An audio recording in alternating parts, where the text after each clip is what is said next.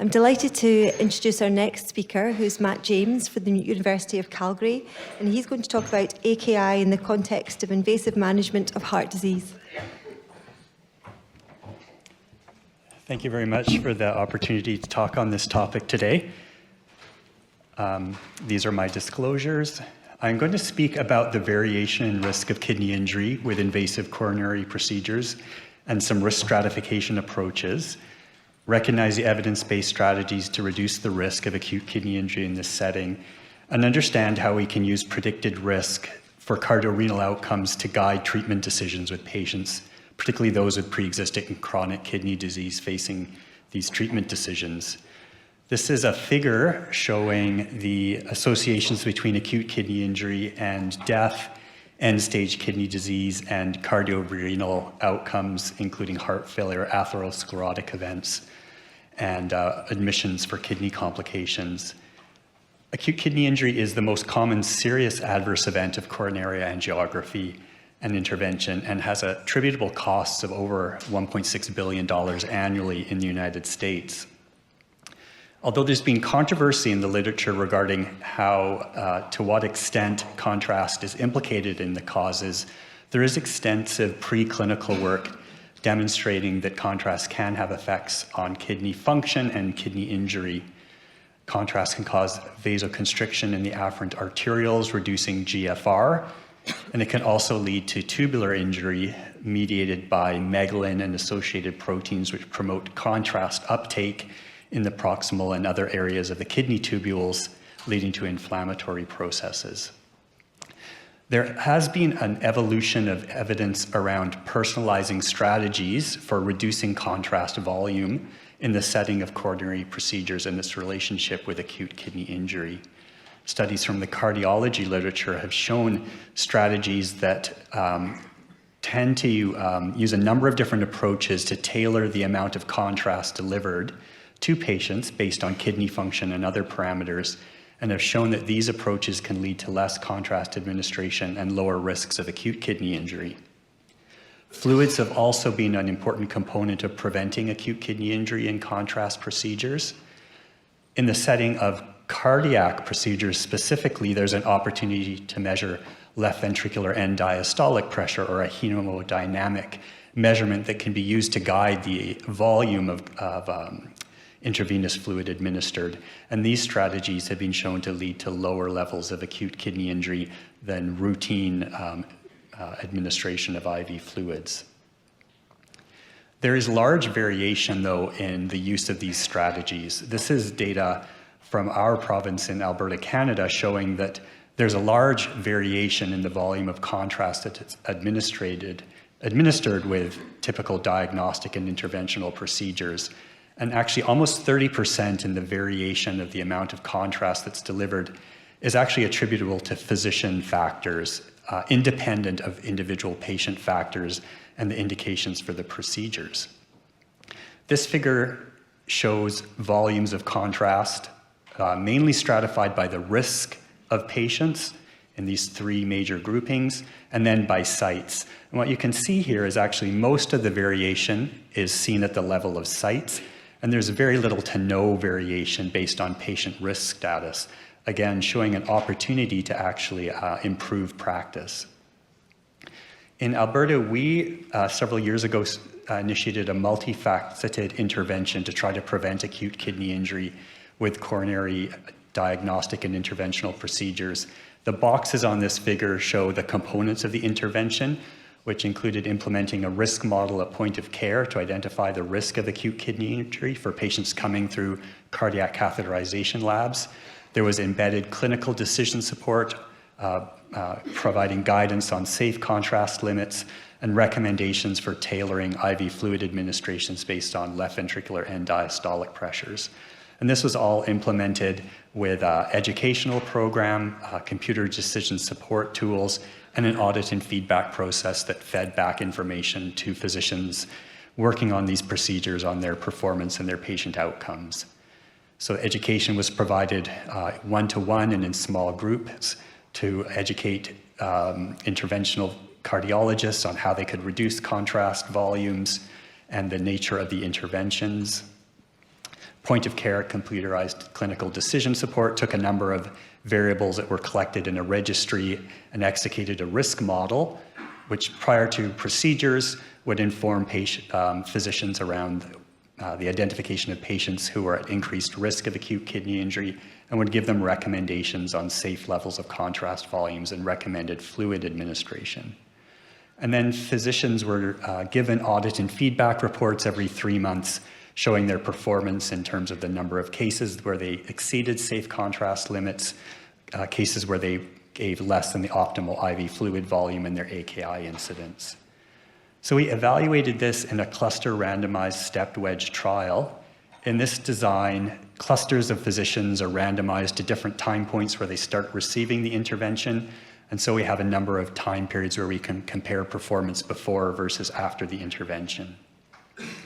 This intervention resulted in a reduction in the odds of cases where the safe contrast limit was exceeded, and it reduced the odds of having cases where insufficient IV fluid was administered, close to 30% reduction in odds in both cases. The incidence of acute kidney injury was also lower in the intervention period than in the pre-intervention period. And in time-adjusted models, this was about a 30% reduction in the odds of acute kidney injury and an absolute risk reduction in the incidence of acute kidney injury by 2.3% in time-adjusted models. There was no difference in major adverse cardiovascular events in patients treated in the intervention and pre-intervention periods. And there was lower major adverse kidney events, although this did not achieve statistical significance between the two groups. This intervention involved multiple components. They were grounded in implementation science principles and worked together to address the capacity of physicians through education and delivering decision support at the time and place of decision making, the opportunity to improve care with decision support and reflective and continuing audit and feedback to reinforce best practices, and then motivation provided through audit and feedback, comparing performance to peers. And all of these things contribute to behavior change and ultimately, in our study, better care and clinical outcomes. Similar findings have been shown in studies elsewhere. This is a trial from the Veterans Affairs Centers in the United States, recently published, which is also a cluster randomized factorial trial that implemented a number of interventions, many similar to the ones we did in Canada. These included surveillance of performance and outcomes, a collaborative teamwork approach to education, and team building strategies to improve care. And this intervention in the United States also showed that combining surveillance with collaborative models of training and reinforcement, and a collaborative and surveillance model combined led to lower incidence of acute kidney injury in these cardiac catheterization units. So there are effective ways to prevent acute kidney injury in patients going for invasive coronary procedures. I'm going to shift a little bit upstream to talk about the decisions to take patients with kidney disease for invasive coronary procedures.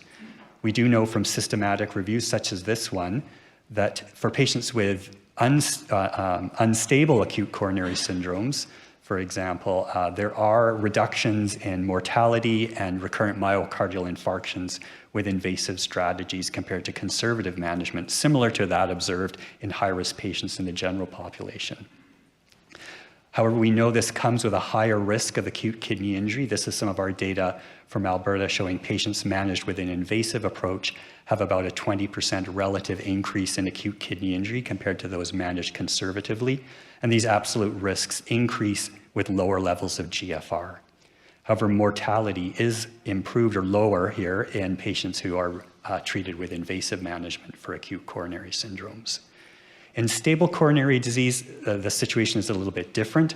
Randomized controlled trials have shown no difference with invasive versus conservative management in patients with chronic kidney disease, as well as in those without chronic kidney disease. So the most recent trial addressing this was the ischemia trial, and in both patients with chronic kidney disease and the broader population without, there was no difference in survival or recurrent cardiovascular events with these strategies, although there was some evidence that symptoms may be improved in patients with large symptom burdens at the beginning related to coronary disease.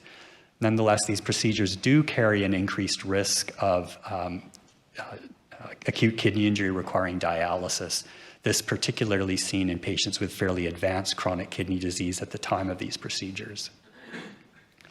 This is some data of ours from Alberta trying to show the competing risks of invasive treatment in patients with chronic kidney disease. And these decisions were often weighing the potential benefits of revascularization for cardiovascular health versus the risk to kidney health and potentially kidney failure.